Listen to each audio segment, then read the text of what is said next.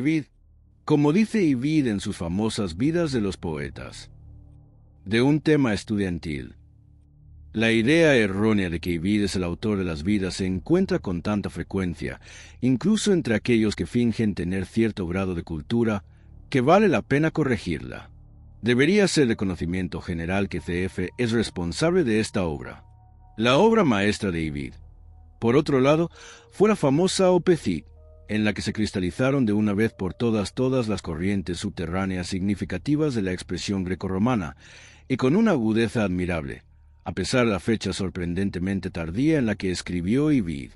Existe un informe falso, muy comúnmente reproducido en libros modernos antes de la monumental Historia de los ostrogodos en Italia de von Weinkopf, de que Ovid era un visigodo romanizado de la horda de Ataulfo que se estableció en Plasencia alrededor del año 410 después de Cristo. No se puede enfatizar lo suficiente lo contrario. Para von Weinkopf, y desde su época Littlewitt y Bethenöer han demostrado con fuerza irrefutable que esta figura sorprendentemente aislada era un romano genuino, o al menos un romano tan genuino como podía producir esa época degenerada y mestiza, de quien bien podría decirse lo que Gibbon dijo de Boecio, que fue el último a quien Catón o Tulio podrían haber reconocido como compatriota. Era, como Boecio y casi todos los hombres eminentes de su época, de la gran familia niciana, y remontaba su genealogía con mucha exactitud y autosatisfacción hasta todos los héroes de la República.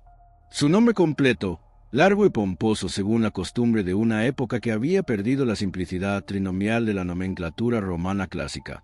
se asienta por von Weinkopf como Caius Anicius Magnus Furius Camillus Aemilianus Cornelius Valerius Pommeius Julius Ividus, aunque Littlewitt rechaza a Aemilianus y añade Claudius Decius Junianus, mientras que Bethenöer difiere radicalmente, dando el nombre completo como Magnus Furius Camillus Aurelius Antoninus Flavius Anicius Petronius Valentinianus. Aegidius Ividus, el eminente crítico y biógrafo, nació en el año 486, poco después de la extinción del dominio romano en la Galia por parte de Clodoveo. Roma y Rávena rivalizan por el honor de su nacimiento,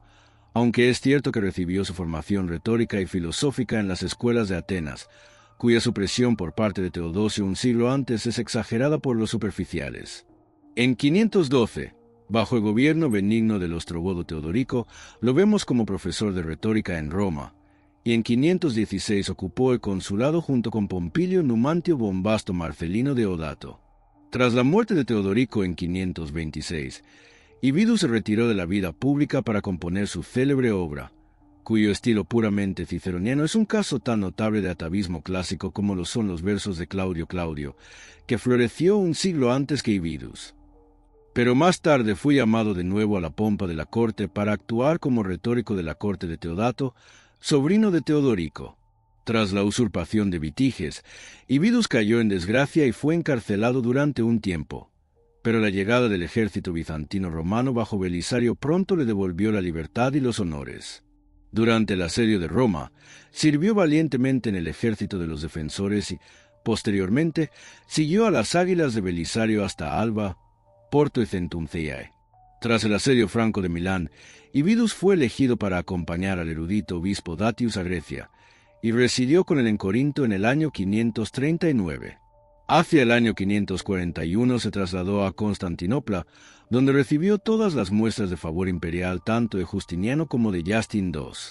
Los emperadores Tiberio y Mauricio honraron amablemente su vejez y contribuyeron en gran medida a su inmortalidad, especialmente Mauricio, a quien le encantaba remontarse a sus antepasados de la antigua Roma a pesar de haber nacido en Antioquía, en Capadocia. Fue Mauricio quien, en el año 101 de los poetas, consiguió que su obra fuera adoptada como libro de texto en las escuelas del imperio, un honor que resultó ser un lastre fatal para las emociones del anciano retórico, ya que falleció en paz en su casa cerca de la iglesia de Santa Sofía el sexto día antes de las calendas de septiembre del año 587 después de Cristo, en el año 102 de su edad.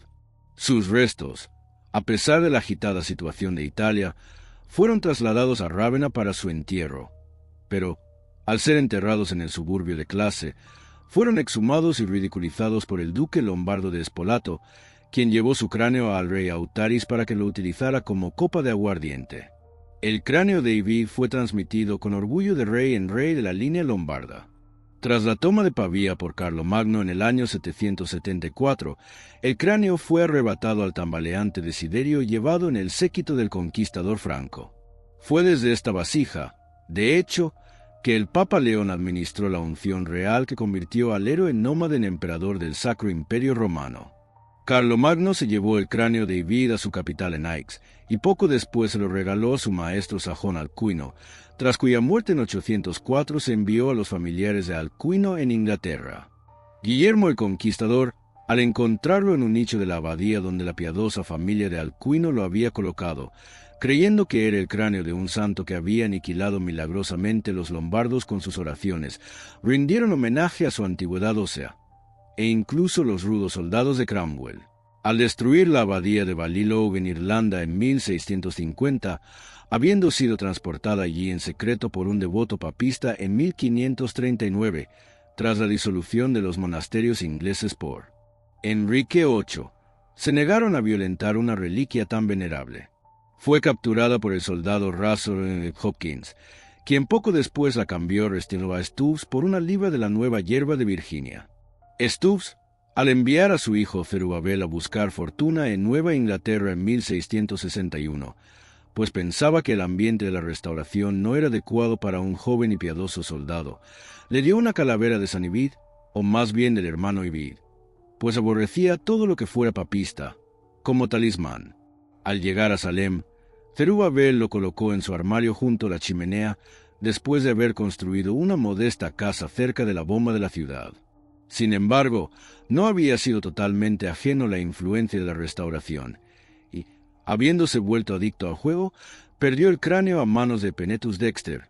un ciudadano de Providence de visita. Estaba en la casa de Dexter, en la parte norte de la ciudad, cerca de la actual intersección de North Main y Union Street, con motivo de la incursión de Canon Chet del 30 de marzo de 1676, durante la guerra del rey Felipe, y el astuto Sachem, reconociéndolo de inmediato como una cosa de singular venerabilidad y dignidad, lo envió como símbolo de alianza a una facción de los Pequot en Connecticut con la que estaba negociando. El 4 de abril fue capturado por los colonos y poco después ejecutado, pero el austero jefe de los Narragansett continuó con sus andanzas. Los Pequot, debilitados por una guerra anterior, no pudieron ayudar a los ahora afectados Narragansett, y en 1680 un comerciante de pieles holandés de Albany, Petrus van Schaak,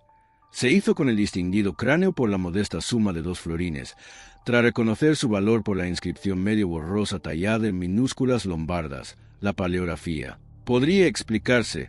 fue uno de los principales logros de los comerciantes de pieles de Nueva Holanda del siglo XVII.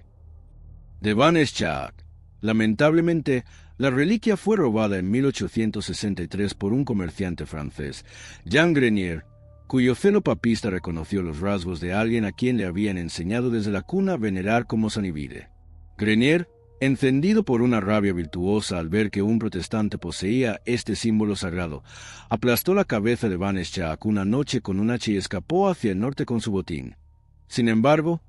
pronto fue robado y asesinado por el bogajeur mestizo Michel Savard, quien se llevó el cráneo, a pesar de su analfabetismo que le impidió reconocerlo, para añadirlo a una colección de material similar pero más reciente.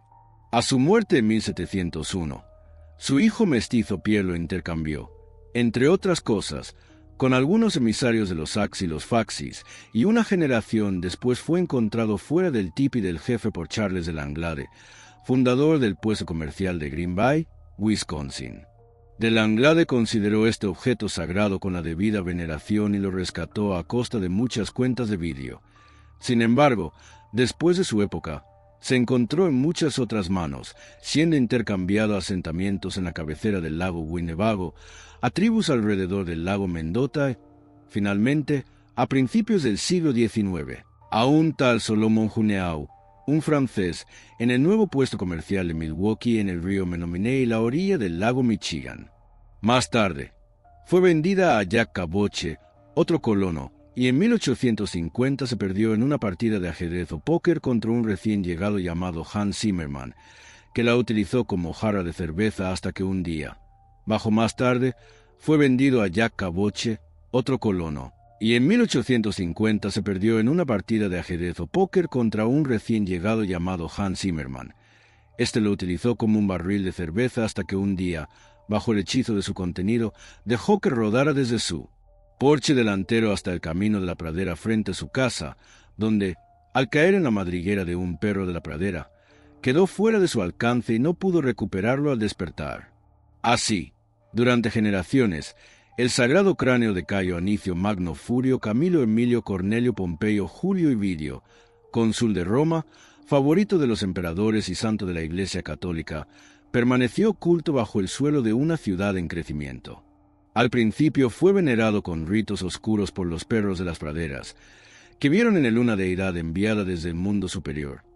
Pero luego cayó en un terrible abandono cuando la raza de simples y sencillos madrigueros sucumbió ante el ataque de los arios conquistadores. Llegaron las alcantarillas, pero pasaron de largo. Se construyeron casas, 2.303 de ellas y más, y al fin, una fatídica noche, ocurrió algo titánico. La naturaleza sutil, convulsionada por un éxtasis espiritual, como la espuma de la antigua bebida de esa región, derribó lo elevado y alzó lo humilde. Y aquí que en el amanecer rosado los burgueses de Milwaukee se levantaron para encontrar una antigua pradera convertida en una meseta. El gran trastorno fue vasto y de gran alcance. Los arcanos subterráneos, ocultos durante años, salieron por fin a la luz. Allí, en plena calzada agrietada, yacía blanqueada y tranquila en una pompa insulsa, Sante Consular, la calavera en forma de cúpula de Milwaukee.